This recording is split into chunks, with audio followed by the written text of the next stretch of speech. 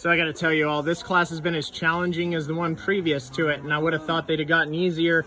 It hasn't been the case here, but I will tell you this.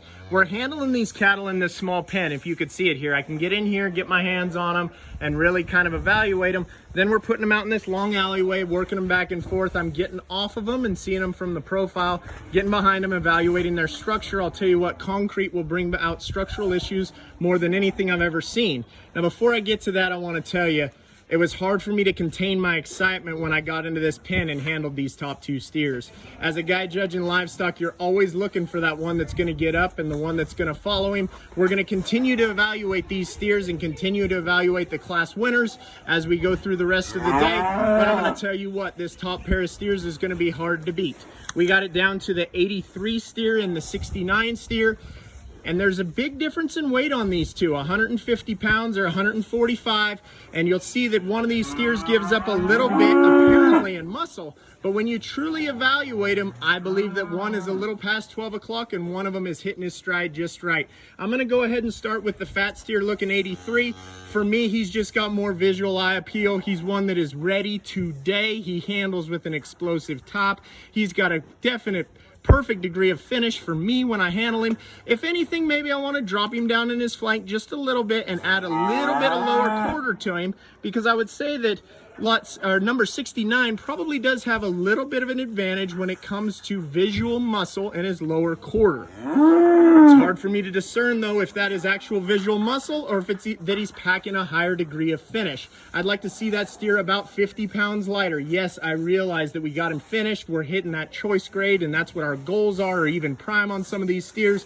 But for me, he's just a little bit past due. I'm going to try to get to him, and I'm splitting hairs here, folks. I mean, these two steers for fat steers, and my children raise fat steers, my children show fat steers, and they take it extremely seriously. When you get two that have this much eye appeal, that have this much muscle, that have this much degree of finish, and can still fill their track on concrete after being delivered here yesterday and all the adversity that's hit them, you really got to commend that. And the 83 steer for me, he just rises to the top. He looks so good on the move. He looks so good on the profile. He handles so good, and he's so complete. So this top pair of steers I'm really, really proud of. Another steer that that I believe has a lot of honesty and a lot of integrity as a fat steer, one that I really, really like when you get him out and evaluate his degree of finish coupled with his muscle. His carcass composition is right on point. He's visually just fine. He just gives up a little bit of that show steer appeal in that front end. He's pushing just a tick more shoulder, a little bit more navel, and he does it in a less visually appealing package. Following him up is another heavyweight steer that I'd call past due. He's just a little rounder all over. Does he have absolutely an explosive amounts of base width and top and rib shape and curve? Absolutely. He looks easy feeding. He looks like this exhibitor has done a phenomenal job of getting him fat and ready for market, and a steer that I think you'll be proud of when you get him in the boxes, because he's going to finish extremely well with a high quality product. A Hereford calf at the end that really just fell victim to a big horsepower class.